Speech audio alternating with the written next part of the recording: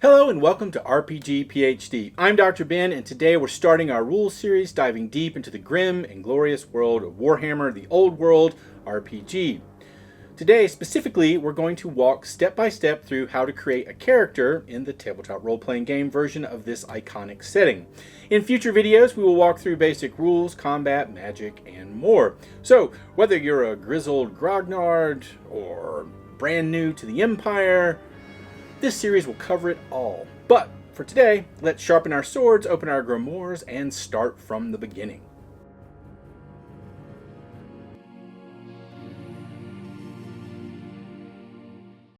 Characters in Warhammer the Old World RPG are created through a mix of random rolls and choices, if you like. You'll generate your origin, stats, career, skills, talents, fate, contacts, and more. You can take more randomness for bonus XP or make choices for narrative control. When learning a new system, it's often helpful to take a look at the character sheet, as this will help guide us through the process. So this is going to be a broad overview of the character sheet, and then I'm going to do a step-by-step guide. So if you want to skip ahead to the step-by-step guide, you can do that now. When filling out your character sheet in Warhammer the Old World, let's take a look at your characteristics, the core stats that define your character's basic capabilities. These are usually rated between 2 and 6 and determine how many D10s you roll when making a test. Characteristics are set by your origin and can later be improved by spending experience points, or XP. They include weapon skill, your prowess in close combat, ballistic skill, your ability with ranged attacks, strength, your raw physical power, toughness, this is your endurance and ability to resist harm, initiative, your quick thinking and reaction speed, agility, your speed and nimbleness, reason, your intellect and memory, and fellowship, your ability to influence and charm others. Next, let's take a look at skills, which represent specific areas of training or knowledge. These are also rated from 2 to 6. Unlike characteristics, skills determine what number you need to roll equal to or under on a D10 to succeed in a test. During downtime, any failed skill rolls are marked as ticks, and once you collect enough, this skill increases. Talents are then noted. These are special abilities or tricks that offer mechanical advantages or new options in play. You gain more talents by spending XP. You can also list any lores which reflect specialized knowledge your character has. Lores can grant bonus dice, allow you to make tests others can't, or even bypass the need for a test entirely. More lores are acquired via the study lore endeavor. Your status defines your standing in the social hierarchy of the Old World and comes in 3 tiers. Brass for commoners, silver for skilled professionals, and gold for the noble and elite. Status is determined by your career. Closely tied to this is coin, the abstracted wealth your character has to make purchases. At the start of each adventure, you begin with 3 coin equal to your status, and these are spent on gear and services during play. Fate represents your character's luck, resilience, or even divine favor. You can spend it temporarily for benefits like re-rolling failed dice, called making a test glorious, or burn it permanently to survive otherwise fatal situations. Your resilience determines how much damage you can endure before suffering a wound. If damage exceeds your resilience, a wound is inflicted. If it matches it, you become staggered. Resilience equals your toughness, but can be improved by wearing armor. You also have your starting weapons, which are based on your career and are used in attack tests. Additional weapons can be bought with coin. You'll also track your trappings and assets. These include tools, equipment, and possessions granted by your career or acquired through play. Every character starts with 2 contacts. These are NPCs with whom you have a useful relationship, such as a mentor, ally, or rival. These are chosen or rolled during character creation and can only be gained in play through meaningful interaction, such as completing the aid contact endeavor. If your character is a spellcaster and possesses the wizard talent, you'll have a wizard level, a casting test dice pool, usually based on willpower, and a miscast pool where magical backlash is tracked. Any effects resulting from a miscast are recorded for reference. The character sheet also includes space to note relationships with the other player characters, ideally shaped by shared backstory or the campaign's opening. This ties into the grim portent, the defining incident that connected the party and introduced your shared antagonist. This section includes notes on how you plan to deal with that threat. As you progress through the campaign, you'll track long-term efforts in the extracting test progress section. This includes drawn-out goals like crafting items or researching a mystery.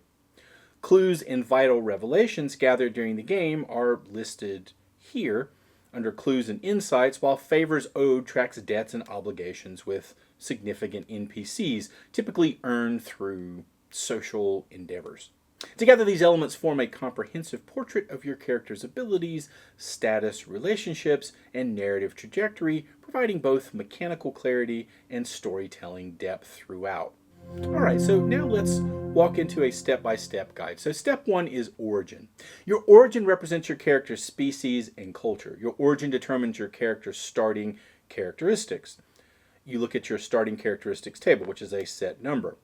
It also determines your skill ratings, talents, lores, languages, possible names, and your fate score. So you may roll 1d10 on the origin table, and if you do so, you gain +1 XP. Or you may choose freely from the list. This list assumes a game that is based in the Empire. Also, learning a lore associated with a specific origin means you also know that culture's language. All characters know the language common to the game's starting location. The base game is set in the Empire and Talagod, so Reichspiel is the common tongue. So if we take a look at the random origin table, we have several options. So we have the Bretonnian, Dwarf, we have Empire, Halfling, High Elf, and Wood Elf. So for our character, we're going to choose Dwarf as our character's origin. That means we don't get any bonus XP because we made the choice. So from the Dwarf Origin entry, we roll twice on the Dwarf Origins talent table, re-rolling duplicates. And we must swap one of these talents for magic resistance. So if we take a look at the random talent table, we have things like Armor Bane, Hardy, Hatred, Honor-Bound, Intense Scrutiny, Iron Gut, Longbeard, Night Dweller, Rapid Reload, and Resolute. We roll 4, which is Honor-Bound, and Honor-Bound is one's word is their bond, but your vows are more severe, a pledge to a higher power that you would sooner die than violate. And when you choose this talent, you detail the moral code or binding oath you're committed to upholding. And we also roll a 6, which gets us Iron Gut. Your stomach can digest almost anything you care to swallow.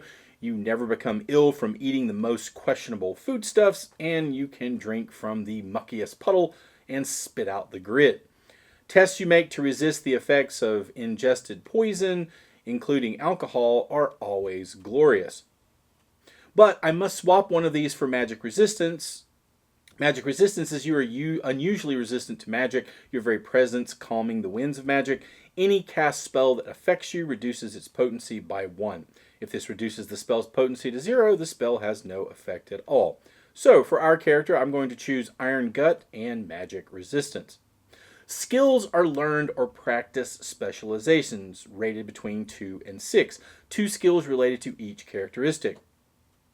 This defines the number your dice must roll equal to or under on a test. So our skills are melee, defense, shooting, throwing, brawn, toil, survival, endurance, awareness, dexterity, athletics, stealth, willpower, recall, leadership, and charm. And for our dwarf, our skill ratings, our skills begin at 2. We raise melee, toil, endurance, and willpower to 3.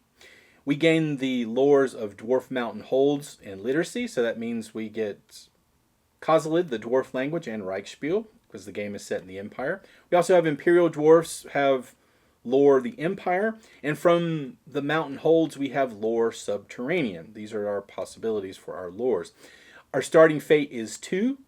And there's also a list of suggested names for your species. There are 8 characteristics plus fate that determine how effective your character is. Your character's core capabilities usually rated between 2 and 6. Again, this defines how many dice you roll in a test. This is initially determined by your origin and increased by spending XP.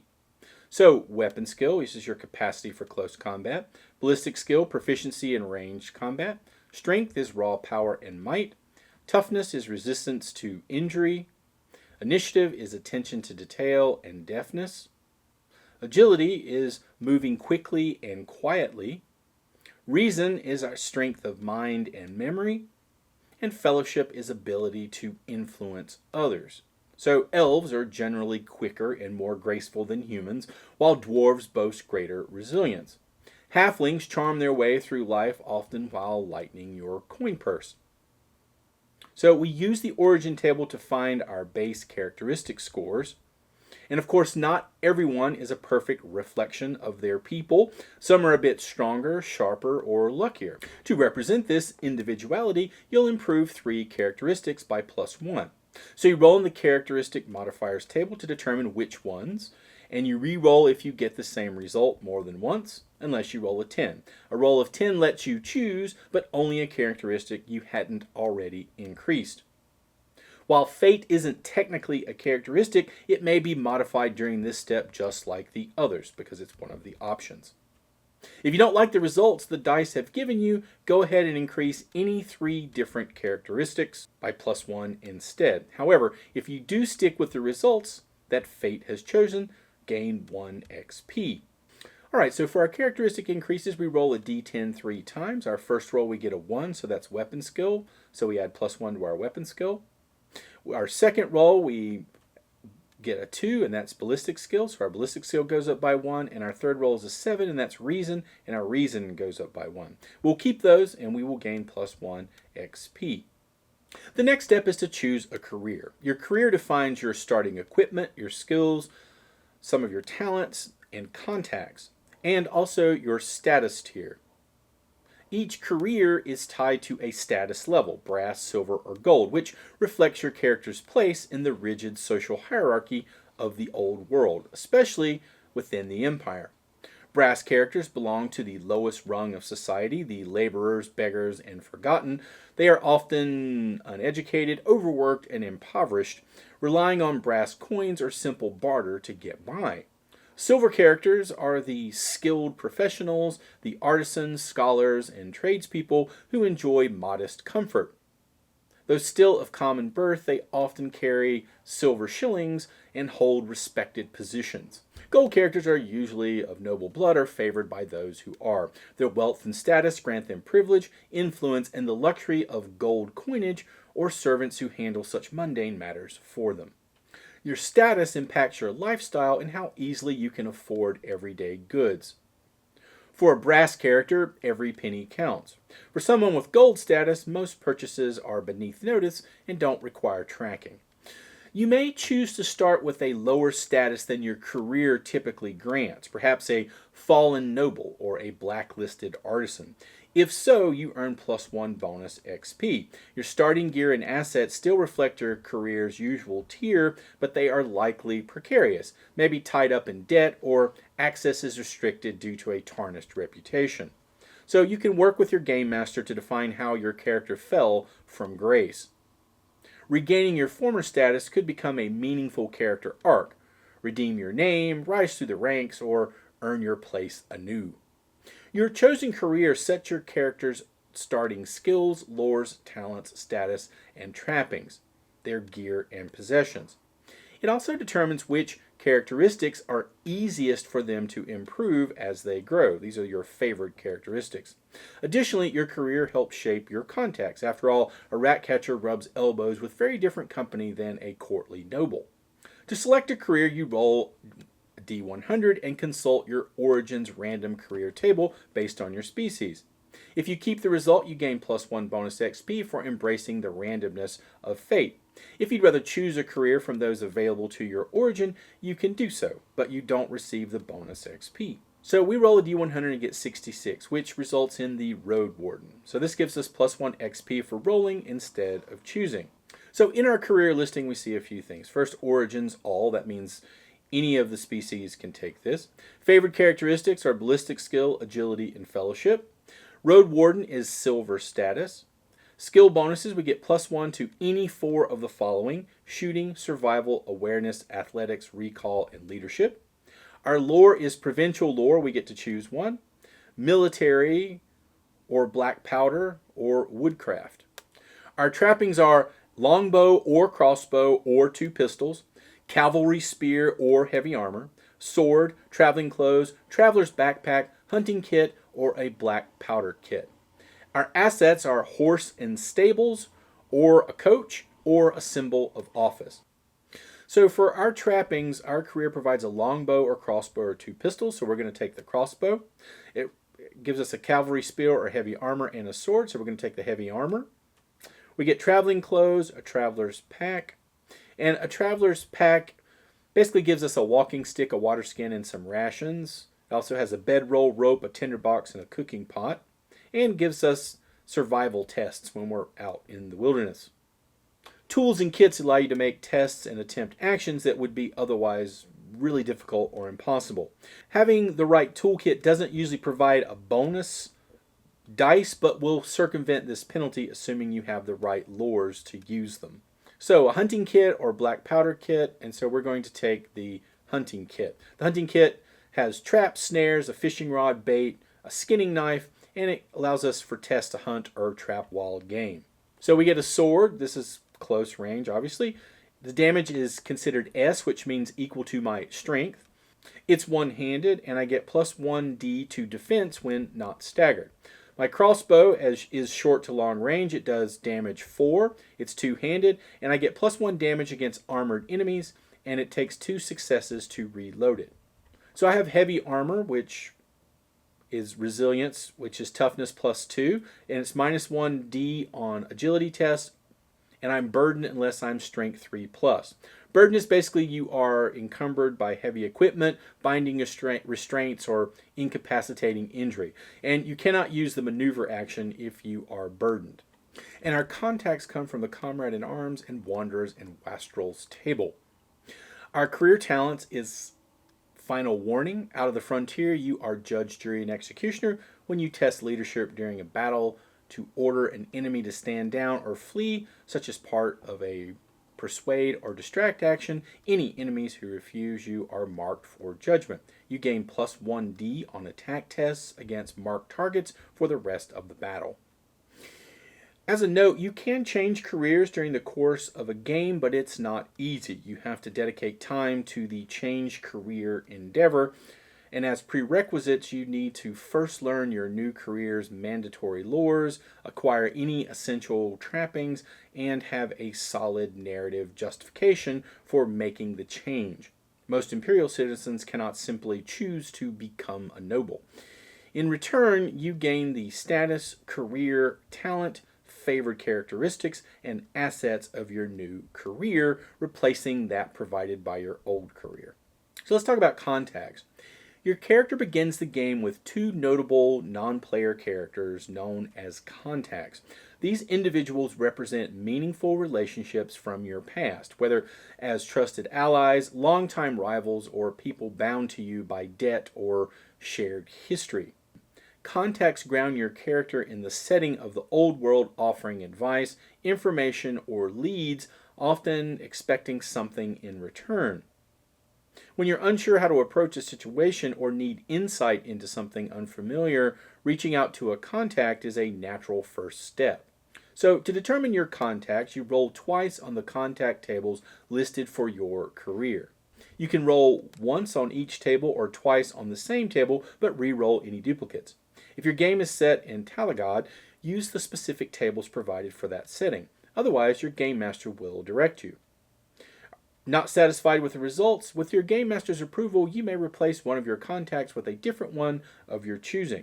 For example, a high elf character might prefer a contact who shares their origin. There is no bonus XP for rolling randomly here. So we roll on the Comrade in Arms contacts table and get a 78, which is Cock's Flummery. They spotted you doing something incriminating, but have kept quiet for now. And on the Wanderers and Wastrels table, we roll a 15, which is Jamie de Batin, and your previous work together ended in a double cross, but neither of you took it personally. Now for some final steps. By hard-learned lessons, an unexpected inheritance, or ingrained experience, you gain an additional boon. So now we choose one of the following. Increase a skill from 3 to 4, or 2 skills from 2 to 3. Gain another talent by rolling on your Origins talent table. Reroll if you generate a talent you already have. Roll on the random asset table. Use the column that corresponds to your status. If you wish, you may spend 1 XP to roll as though your status was 1 step higher than it actually is. But beware, assets of a higher status than your own often become targets for theft or confiscation by one's social betters. Alright, so of those 3, we're going to gain another talent. We roll and we get Night Dweller. You do not fear the dark, negotiating it with the ease of a nocturnal predator, whilst others blunder around obliviously. You can see up to long range in darkness. When attacking an enemy in the dark that cannot see you, and that you can see clearly, you gain plus 1d and inflict the broken condition anytime you wound them or force them to give ground. After completing this step, you should note your speed. It's going to be average unless an ability says otherwise, and you're going to determine your resilience by adding your toughness to any bonus granted by your armor or trappings. You may also wish to spend any of the potential 4 bonus XP that you gain during character creation by randomly determining your characteristics, origin, or career, or by reducing your status. So for our character, we have 3 XP to spend, and we're going to buy the Hardy talent. And we'll take a look at advancement in just a moment in terms of how that works. But the Hardy talent, it costs 3 XP. The requirements are a toughness of 4+, and it says you are made of tougher stuff than most, shrugging off wounds that would see most on their way to the Garden of More. When you suffer a wound, roll 1 fewer die on the wounds table to a minimum of 1 die rolled.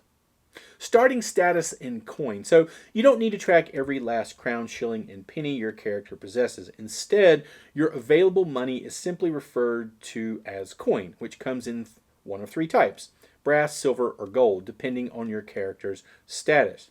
You begin play with 3 coin, matching your status, enough to make 3 notable purchases appropriate to your social standing. At the end of each downtime, your coin resets back to 3. Any extra you had is considered spent, used on mundane expenses like repairing your home, restocking supplies, or losing a few hands at the local tavern. If you finished an adventure with fewer than 3 coin, you're assumed to have earned the difference through your career, whether that means rat catching, guarding, trade caravans, or collecting taxes from your lands. This income doesn't require a special endeavor. It's a background assumption tied to your lifestyle and career. So now it's time to flesh out the more personal aspects of your character, things like their name, their age, height, build, and any other meaningful details from their past. So we need to choose a name for our character. So how about Grundy Hammerfall for our road warden here in the old world? I think that works. You might also consider personality quirks or vocal traits that help you slip into character during play. While you're free to invent these as you like, of course, the rulebook includes helpful tables for inspiration. In addition to your 2 contacts, your character likely has other important people in their life. Many of these figures will emerge organically during gameplay, but it can be helpful to start thinking about them now. So let's talk about the Grim Portent. This is where your story begins. Your character's destinies are inescapably entwined by a Grim Portent, an ominous event that sets the stage for the trials ahead. A Grim Portent is not a typical adventure. While the outcomes of future sessions remain completely uncertain, the events of this one are a turning point. During this encounter, you catch the attention of a powerful adversary. Maybe you've uncovered a secret so dangerous its masters will stop at nothing to silence you. Perhaps you've disrupted a delicate conspiracy by merely existing. Or maybe you've simply witnessed too much, and now you must be eliminated. Whatever the shape it takes, the Grim Portent marks all the characters deeply. You are no longer bystanders, you're targets. The forces behind what you've seen are relentless. They won't negotiate. They won't rest. Wherever you flee, they will follow. You've glimpsed the threat and it has seen you in return. So your GM will lead you through the Grim Portent session, but players should treat this as a chance to co-create the setting and their place in it. So contribute details, ground your character in the world, build ties to other player characters. This is the story of how you became a group. And if you need some ideas, you can take a look at the character relationships table for some inspiration. Eventually, your characters must confront the threat head on. What they've seen is only the surface. What lies beneath may be darker, older, and more dangerous than they ever imagined. The Grim Portent is the beginning of that descent and the bond that will keep them together in the face of it. So let's talk about advancement. During play, your character may improve their abilities by acquiring experience and undertaking endeavors, hopefully acquiring new capabilities faster than they acquire gruesome injuries. So after a whole session of play, a character usually receives 1 experience point. At the GM's discretion, you might earn a 2nd experience point if you achieved an especially significant victory. For purposes of XP accumulation, a session is assumed to be around 3 hours of play. If you played in an unusually long session, the Game Master may award you extra XP. If the session was particularly short, you might not get any. During downtime, you may spend any or all of the unspent XP you have accumulated so far. XP can be spent to increase characteristics or acquire new talents. To increase a characteristic by 1, you spend XP equal to the new value of that characteristic. If you're increasing a favored characteristic, this is of course conferred by your career, you reduce the XP cost by 1. To acquire a new talent, you spend XP equal to the XP cost of this talent. This typically ranges between 1 and 5, and you cannot purchase the same talent more than once unless the talent specifies otherwise. Stats derived from other abilities are updated at the same time. For example, increasing toughness increases your resilience, and repurchasing the wizard talent increases your wizard level. And of course, you may finish character creation with some XP already, depending on the choices you made, which we've shown already. We had 3 left over. If so, you may spend that XP immediately or wait until your first downtime. Most characters, save for some exceptional individuals, cannot exceed certain maximum values for their individual characteristics. Unless the Game Master says otherwise, you cannot advance your characteristics beyond the values that are shown in the table. Skills are increased by undertaking endeavors rather than spending XP.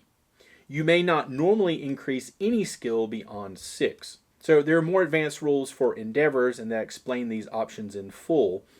But to summarize here, to increase a skill, you test that skill during your downtime endeavors.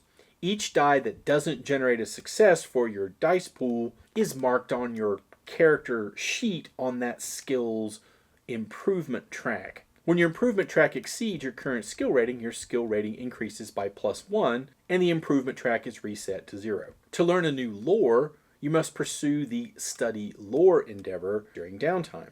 Whilst you can buy new trappings during your adventures, acquiring assets and more expensive trappings require you to undertake the invest money or change career endeavor. To change your status, you must take the change career endeavor also. And that's how you bring a character to life in Warhammer the Old World RPG. Whether you're a cursed elf waywatcher or a rat-splattered thief with a grudge, your story is ready to unfold in the shadows of a dying empire. If you found this guide useful, please don't forget to like, subscribe, and share it with your gaming group. And don't forget, next time we'll dive into combat and fate and what it really means to be grim and glorious. If you have questions or comments, please ask them in the comment section below. I'm happy to answer any questions or make any clarifications that I can to the rules and to character creation and to any other rules that we go over in the series. So please don't hesitate to do that. I do my best to answer all the questions and comments that come in. Until then, as always, thanks for watching. See you next time.